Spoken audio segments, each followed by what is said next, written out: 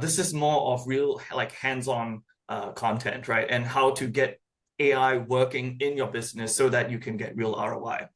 So a lot of SMEs buy AI tools. Few of them are getting real results, right? There are a lot of off-the-shelf products. There are a lot of SaaS products that are sold for a mass of SME owners or whatever domain space that you're in. But a lot of these tools, they cover about 80% and not the last 20% of your workflow, right? A lot of SMEs face experiences where your data is still stuck on paper. There's a lot of situations where your data is stuck in systems that you don't understand because you have hired this IT manager from 10 years ago, and you just have no idea how to get the information out and ready for AI. There are situations where your business process is extremely nuanced. To work with us on an AI point of view is to think about how your business needs come first.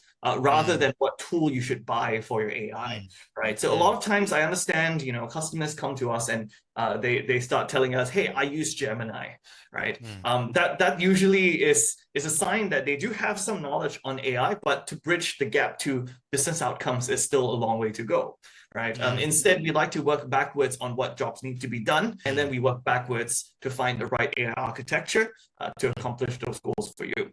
So a couple questions that we like to ask should always start from a high ROI perspective of how much it can actually change your business. So something like what takes 2 hours of someone's time every day.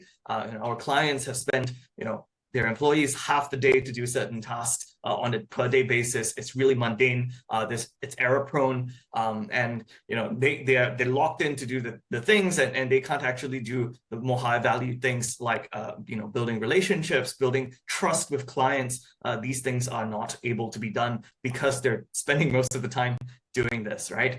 And so that becomes a job description for AI workers. That is usually the first step to identifying the potential automation opportunities in your business that is custom for your business, right? And so we like to tell our clients and all, try to think of this as a person, right? Try to give them an SOP, check your emails, check your outputs, make sure you check the inventory before you submit the pricing, things like that, right? The exact framework that you communicate to your workers is the way that you ought to communicate to an AI, right? And then only then can you really decide that is, the way forward, right?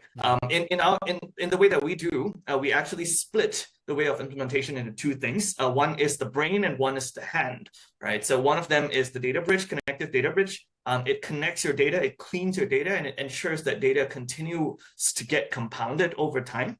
And so as you build more automations out, the brain can actually support those implementations, right? And then on the second part, the hands are only as smart as how much your brain has knowledge, right? And so the amount of actions and the reliability of such actions comes from the reliability of that knowledge itself. Obviously, building a brain requires much more upfront investment, and building the hands as you scale up becomes much easier once you have a good foundation in your AI strategy, right?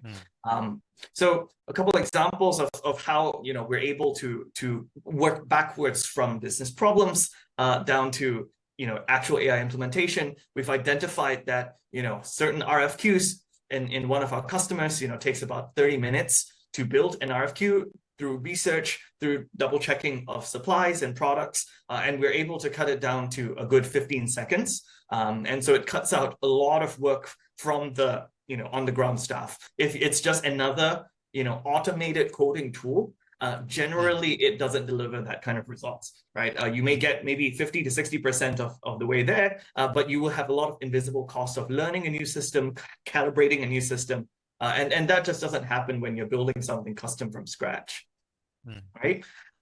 Another one is, a multi-warehouse retailer. The owner says, I want to be automated out of a job. I want to retire, right? And so we're able to capture all the reports from, all their channels of sales and able to generate reports out for them for visibility's sake. Of course, judgment always relies on the owner themselves. Oversight relies on the owner themselves. But we're able to cut out 99% of the work and leave the most important 1% where you can't get it wrong. So the way that we like to approach a quick win is to start small. We prove value really quickly, and then we use a Lego stack method to expand it outwards, right? So every step of the way, it has to be compounded, and it has to be modular enough for you to add layers upon layers, right? So what we found is important is to start something that is small, something that can deliver value quickly, so that we can build trust with our customers for the long term, right?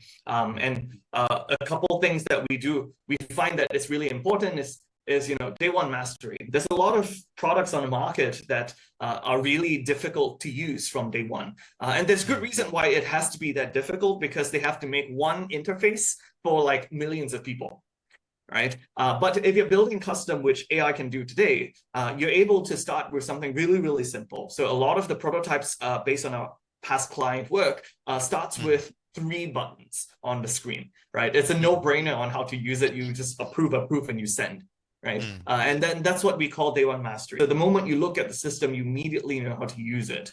Right. And then from there, we build on more functionality as the people who are using it get more accustomed to the system. It's just a number of insights that that we've learned along the way. We try not to automate everything at once.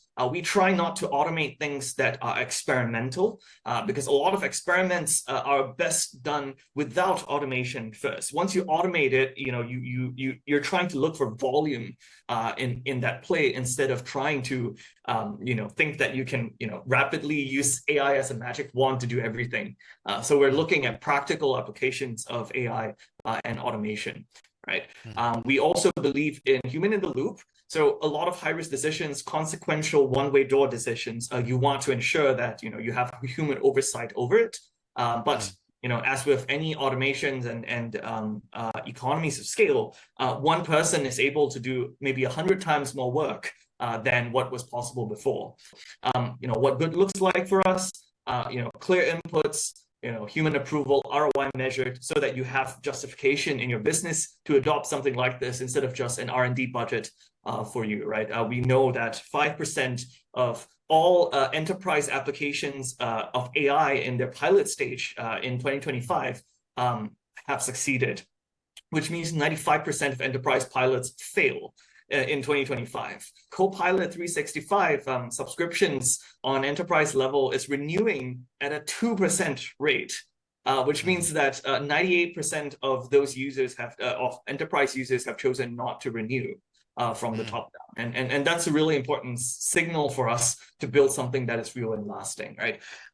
So yeah, all in all, identify where the job is to be done, hire a good AI worker with a clear scope, right? We have to prove data, we have to prove motion, right? We have to prove that it works and provides value to the company first, and then we build iteratively.